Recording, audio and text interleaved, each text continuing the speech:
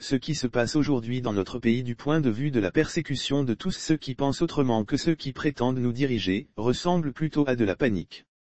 L'impression que tout observateur lucide pourrait avoir sur cette façon de montrer ses muscles de façon disproportionnée et désordonnée de la part du pouvoir togolais, est bien sûr le manque d'assurance au sein de l'autorité dirigeante.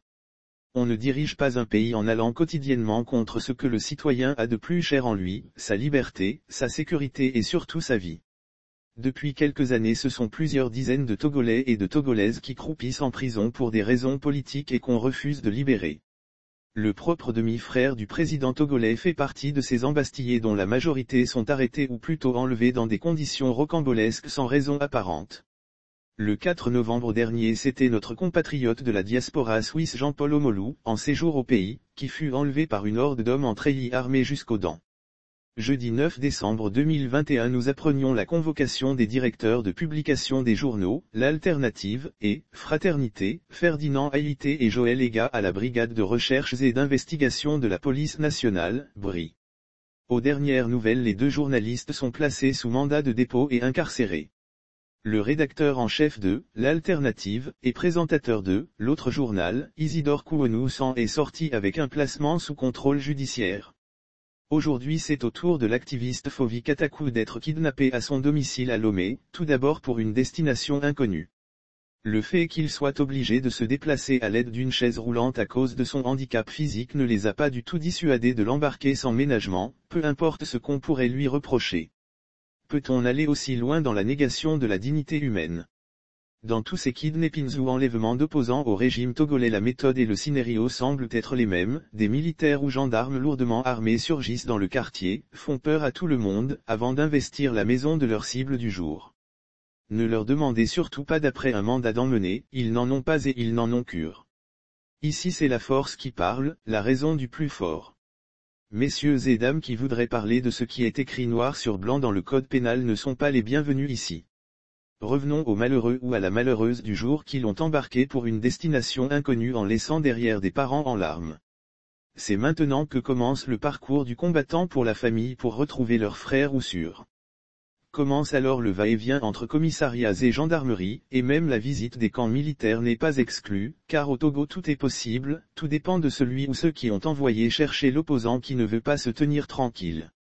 En dehors du stress et de l'incertitude, s'ajoute pour la famille la peur de ne pas savoir dans quel état elle retrouvera son parent arrêté ou plutôt enlevé il y a quelques heures. Tout ceci n'a-t-il pas les caractéristiques d'un État qui ne se respecte pas et ne respecte surtout pas ses citoyens ? Les opposants ou les journalistes les plus chanceux, sont ceux qui ne sont pas brutalisés avant d'être jetés en prison. C'est ceux-là qui sont convoqués au SCRIC ou à l'abri pour être écoutés même si leur sort est déjà scellé, quel que soit ce qu'eux-mêmes ou leurs avocats pourraient opposer comme argument juridique. N'est-ce pas aujourd'hui le cas de Ferdinand Haïté et de son collègue de Fraternité, Joël Ega? Seuls les naïfs ne savaient pas que cette liberté de parole et d'écriture que se sont donnés Ferdinand Haïté et ses collègues à l'Alternative, gênait au plus haut niveau du régime togolais. Surtout ces émissions télévisées, l'autre journal, diffusées sur les réseaux sociaux faites de critiques et de dénonciations au vitriol donnent beaucoup d'insomnie aux profiteurs de la dictature qui auraient souhaité que leurs abus de toutes sortes et leurs crimes ne soient sus par personne et qu'ils continuent à jouir de l'impunité totale. Nous apprenons, au moment où nous écrivons ces lignes, que les directeurs de publication de l'Alternative et de Fraternité, Ferdinand Haïté et Joël Ega sont placés sous mandat de dépôt par le juge d'instruction.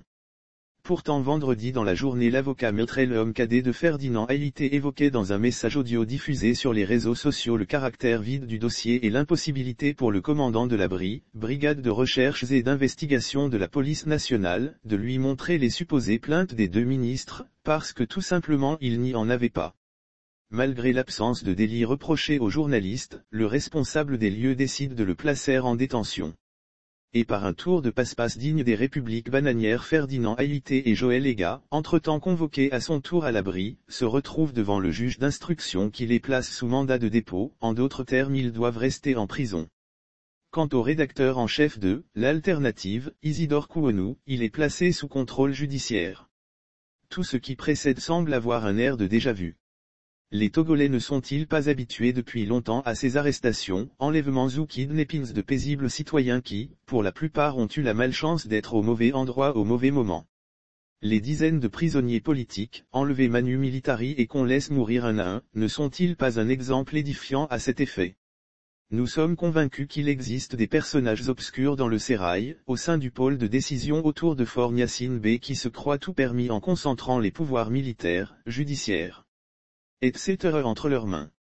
C'est eux qui tirent les ficelles, c'est eux qui décident qui il faut arrêter, et de quelle manière, c'est eux qui décident quelle peine il faut leur coller pour qu'ils ne soient plus en liberté pour déranger. Une fois emprisonnés, c'est toujours eux qui décident quand il faut les libérer.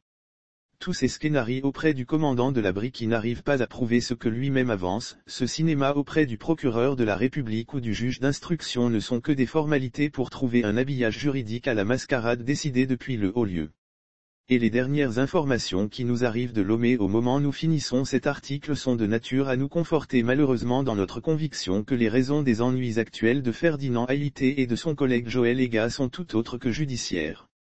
Les deux ministres Pasteur Adésé Kodjo et Payassage Beto mais se seraient certes plaints auprès du Premier ministre, mais n'auraient pas souhaité l'allure qu'a prise cette affaire qu'il convient désormais d'appeler affaire Ferdinand Haïté. Le chef du gouvernement togolais Victoire Toméga Dogbé serait bel et bien l'initiatrice des déboires du directeur de publication de l'Alternative et de ses collègues. Très inquiétant et très dangereux quand les éléments qui mettent à mal l'indépendance de la justice viennent du sommet de l'État.